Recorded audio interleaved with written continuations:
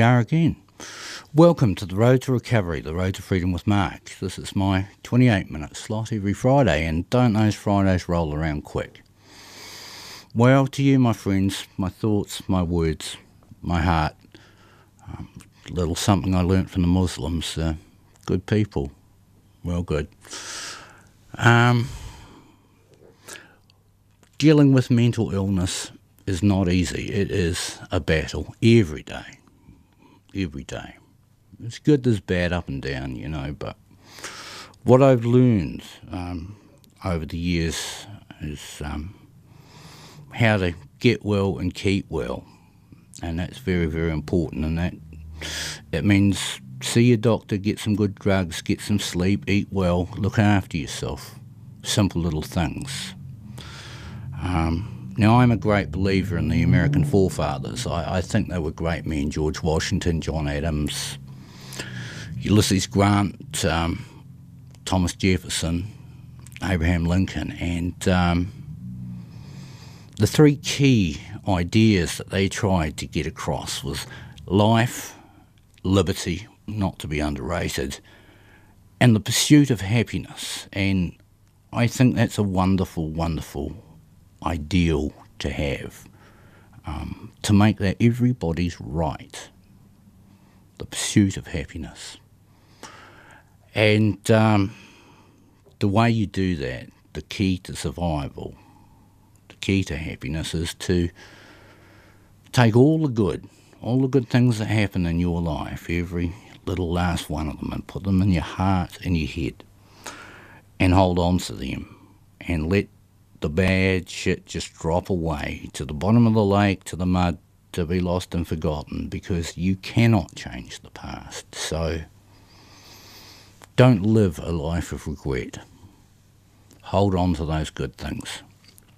Now, when I was a kid, movies were real big: Snow White, Bambi, all that. And one that I particularly liked was The Wizard of Oz. Dorothy from Kansas got caught up in a tornado and ended up in the land of Oz, and she met up with the Straw Man, the Lion Man, and the Tin Man, and they went to see the wizard to get what they never had. And in particular, the one that appealed to me most was the Tin Man. He had no heart, and that's what he wanted more than anything else. So this is in dedication to the Tin Man. Tin Man. Tin Man, poor Tin Man, you have no heart.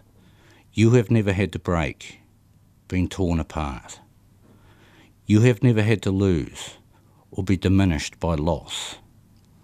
It is yours to forever yearn, never be nailed to the cross.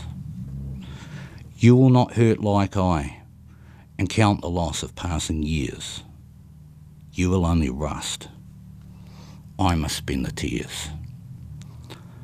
But I am all the richer for what you never had. I am blessed to have been loved, and the good outweighed the bad. All right, on with today's show, my friends. Let's do it. Running of the Bulls. Every long hot June in Pamplona, Spain, they indulge in an age-old tradition. The town triples in size before the locals let the bulls loose on the crowd. In an organised kind of mayhem, they block off a route through the medieval part of the town. At the bottom of a hill, they release the bulls from a huge set of wood and steel gates. This starts at dawn, and anyone mad enough to choose to run the course must run for their lives along the course to the arena. The tourist shops there are full of postcards with pictures of terrified locals and tourists alike, dodging rampant angry bulls. You can't help but laugh at the dilemma, yet a twinge of trepidation creeps in, knowing that it will be me tomorrow. We send a few cards to friends with funny comments and false bravado. We made it to the first day from San Sebastian, where 5 of us in a combi van had been partying hard, watching reruns of Catch-22 and old bullfights where matadors get gored by bulls. drinking the local sangria all day and dancing all night. Pamplona for 1 week would be party central. Celebrations bordered on the religious, but for the 5 of us, only myself and Seedy were up for the ultimate challenge, the bull run itself. The others were happy to eat, drink and party all night. We found a large river frontage where we set up camp, and other combi vans were drawn like moth to flame until it resembled a village. Seedy and I decided to check out tomorrow's route, so we had an idea of what we were in for. After checking out tourist shops, we decided to walk the route we would run the next day. It was very hot, the sun belting down off the high stone walls and cobblestone streets. The roads were narrow and afforded little to no protection from oncoming bulls. Getting some distance on them would be crucial to making it to the arena in one piece. About halfway along our walk, in a pretty run-down, dodgy-looking part of town, a tubby guy with a big broad smile caught my eye as he happily whispered, "Hashish," in my ear. "What was that?" I inquired with a smile as he produced what looked like a large ball of horseshit. "What do you want for that?" I inquired suspiciously. It worked out at about 40 British pounds, so I took a smaller lump for 10 quid. The chubby Moroccan chap seemed pleased and promised to catch up tomorrow. "We may be as high as kites by then," I mused to Seedy. After stocking up on booze in the form of sangria and cheap wine, we headed back to Combi Village, which was a walking distance from the bar where we set up headquarters for drinking and planning. After spending all afternoon eating and getting liquored, we headed back to camp and lit up a fire. Remembering my dubious purchase of hash in my pocket, I asked Seedy and the others if they wanted to go. Pretty soon we were stoned as crows, staring at the fire and giggling like fools. Not only was this shit real, it was as potent as could be. There was plenty to go around and still more for tomorrow. We turned in before midnight, determined to get up before dawn and head into town. We slept fitfully, our thoughts filled with eagerness for the bull run to begin, and Seedy woke me whilst it was still dark. I climbed into the passenger seat and rolled up a massive spliff. Seedy got behind the wheel and refused my eager offer, so I ended up massively stoned by the time I got to town. We parked up near the start of the run and hurried down to the start, reassuring each other and laughing like kids. Once down on the start by the huge gates, we donned red neckerchiefs as was the local custom to show bravado in the face of fear. A 3-minute alarm bell rang out amongst what was by now a huge crowd, and in the panic many of the foreigners started running up the hill from the gates, to a huge amount of derision from the locals and those foolish enough to stay. The locals whipped up into a fervour of dancing and shouting, waving rolled-up newspapers in the air, and before too long the gates were open and the bulls released into the waiting crowd. The locals set upon the bulls, whacking them on the shoulders with the rolled-up newspapers, which cranked up the bulls no end. Upon seeing this, we tore off up the hill, so fast my feet barely touched the ground. The crowd was not far behind, leaving the confused and angry bulls to follow slowly as the steep slope slowed them down. Now I understood how we would stay ahead. I relaxed to a jog and took in the scenery. All along the road, people were crammed into first-floor balconies overhanging the narrow streets. They shouted and cheered at the top of their voices, waving and throwing stuff, and I waved like a football player who has just scored a goal.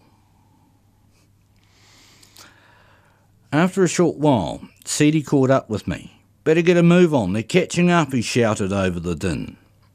We both picked up the pace and looked back to see the bulls had reached the top of the hill and the crowd beginning to part around them.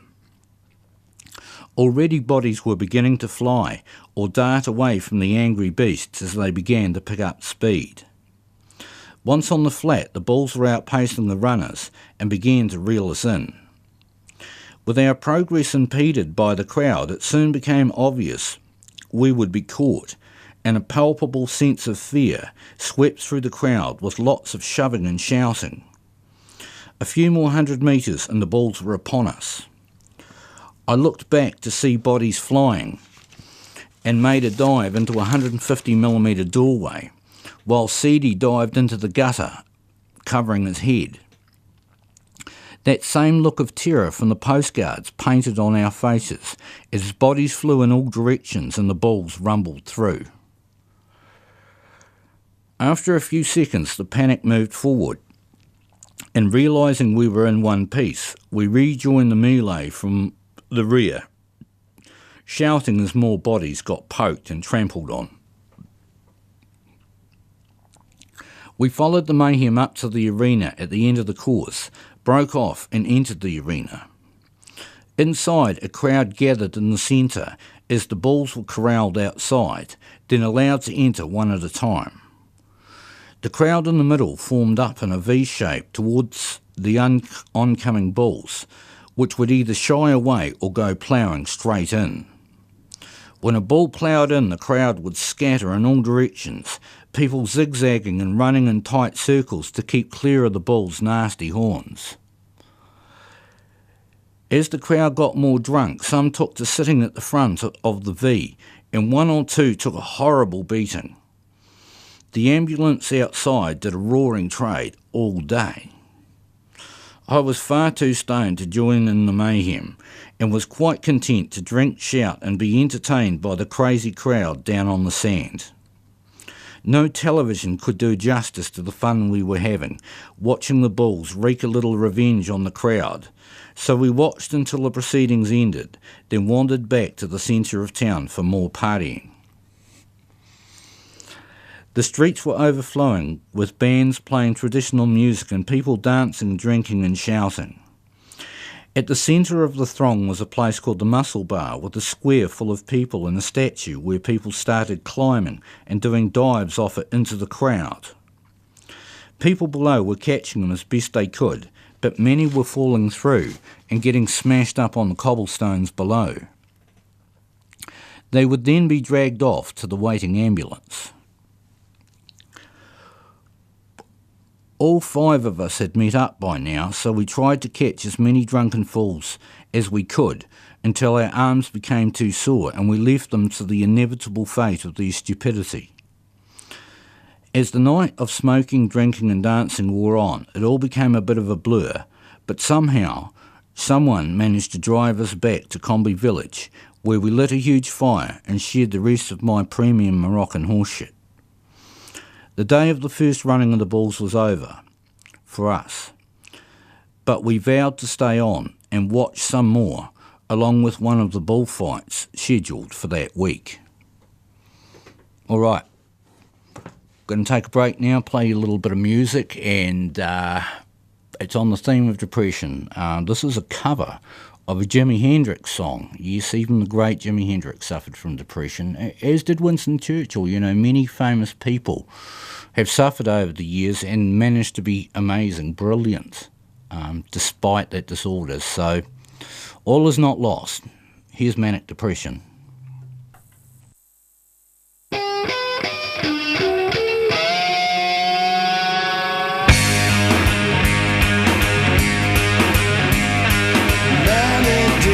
Is touching my soul. I know what I want, but I just don't know how to go about getting it. Feeling sweet feeling drops from my fingers.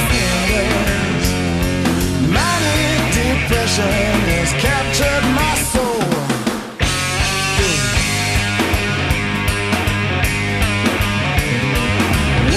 So willing, the sweet cause in vain, vain. You make love, you break love, and it all seems the same when it's over. Oh, music, sweet music, I wish I could caress all my tenderness. Now manic depression's a frustrated mess.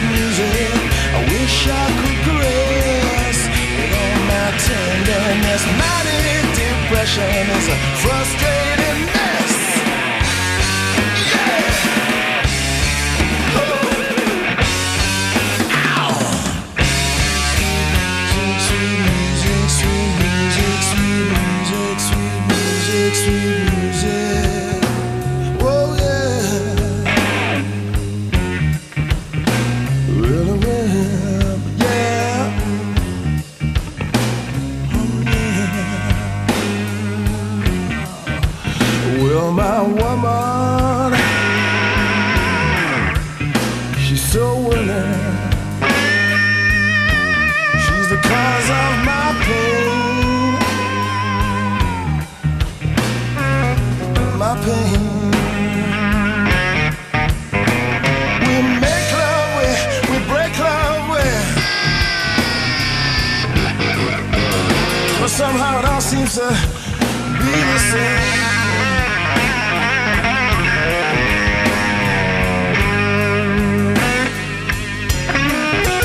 Well, I've been down that slip road before. Yeah, you know. I don't want to ever do it again, yeah.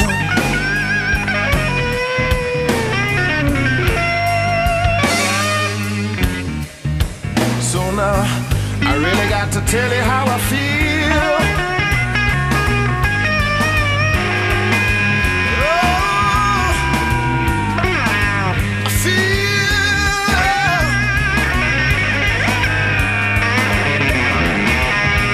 I feel.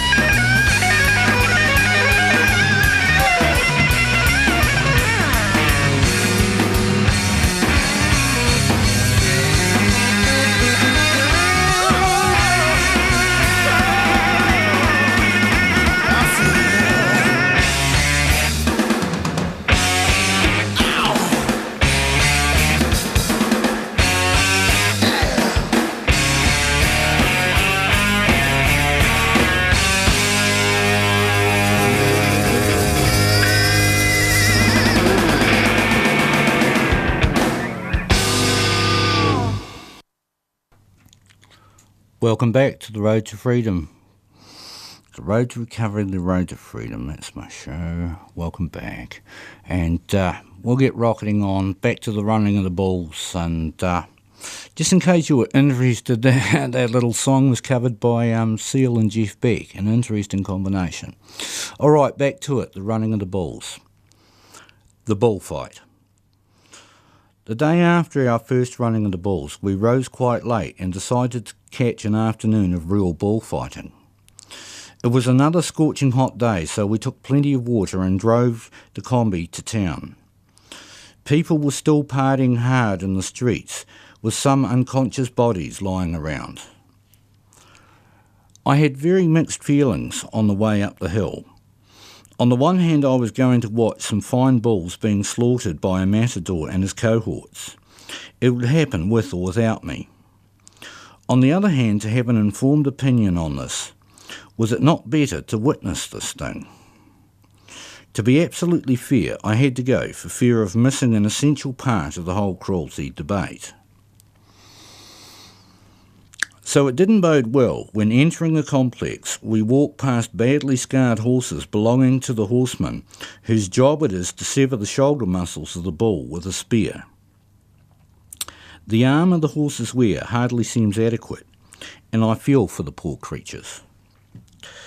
Before the picador comes the toreador, usually are the matadors, who stick small spears into the bull's shoulders with great leaps over the horns, showing great agility and courage.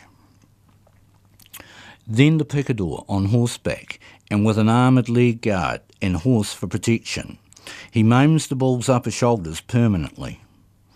This stops the bull from being able to turn too sharply and catch the matador off guard. If he does too thorough a job, the crowd boo and jeer him, pelting him with oranges, drink cups, and often bottles are thrown. Thirdly, and finally, comes the matador, with his red cape and single rapier, with which he sticks the bull down the neckline and through the heart. The matador first carries out a series of passing sweeps of the bull by encouraging the bull to charge at the cape.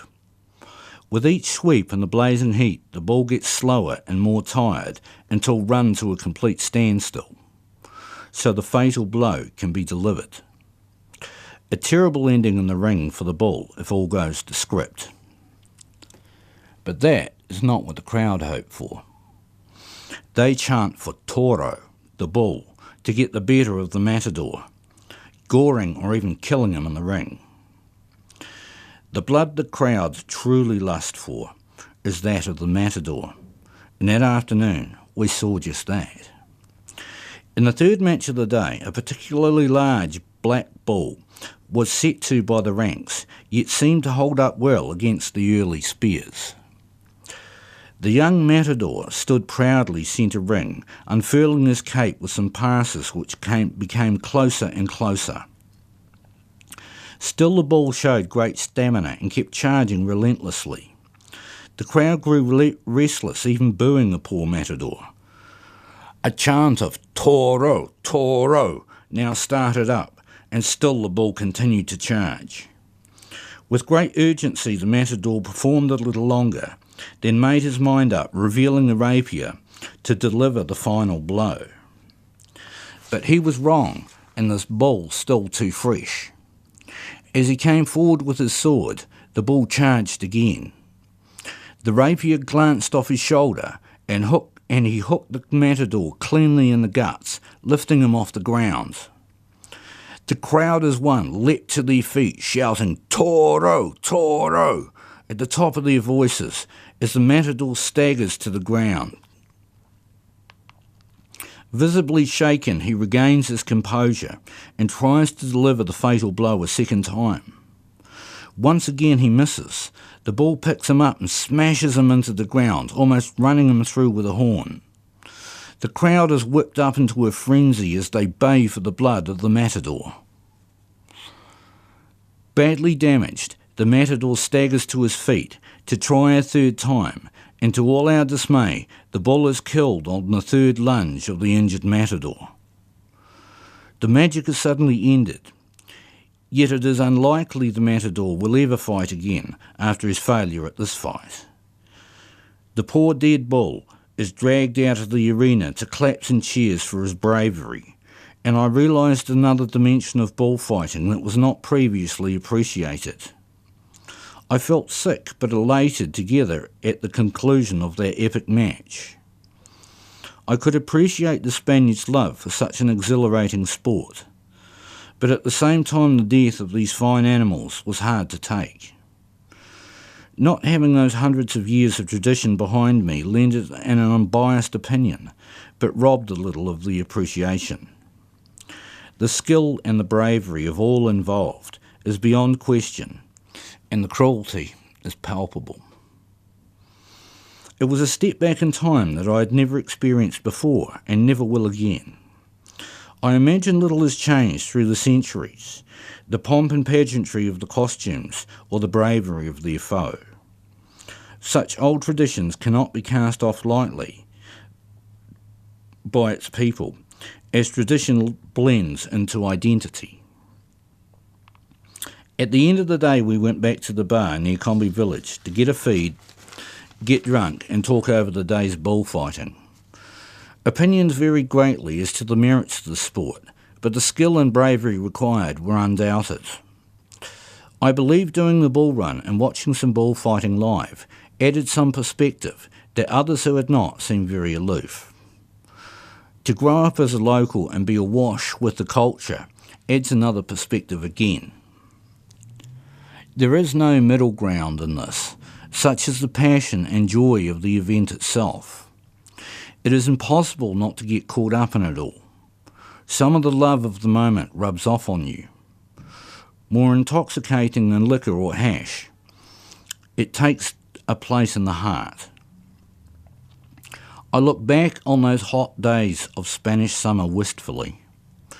Time and distance turns the perspective to finest and most memorable pieces. The feelings of adulation and terror mingled with such humour, fun and dancing. Life well lived with passion for the moment, and one bite lasts a lifetime. The end. Wow, that brought back some memories. We've got about 1 minute to run, so perfect timing. Man alive, I'll never do the bull run again, but I was a young man. I was only about 24 when I did that, and my old mate Seedy and I still talk about things like that, and he says to me sometimes, Mark, a lot of the time they just don't believe us. You know, they think we're just telling lies, making up stories, and I say, I know, mate, but you were there to witness it. I was there too. We had an amazing time, 7.5 years of world travel, and yeah, blessed to have done it. All right, that's me for a week. I hope you enjoyed the show. I really enjoyed bringing it to you. I'll bring you another great story next week. So look after each other, be mindful, and if you know anyone suffering from depression, be that difference maker.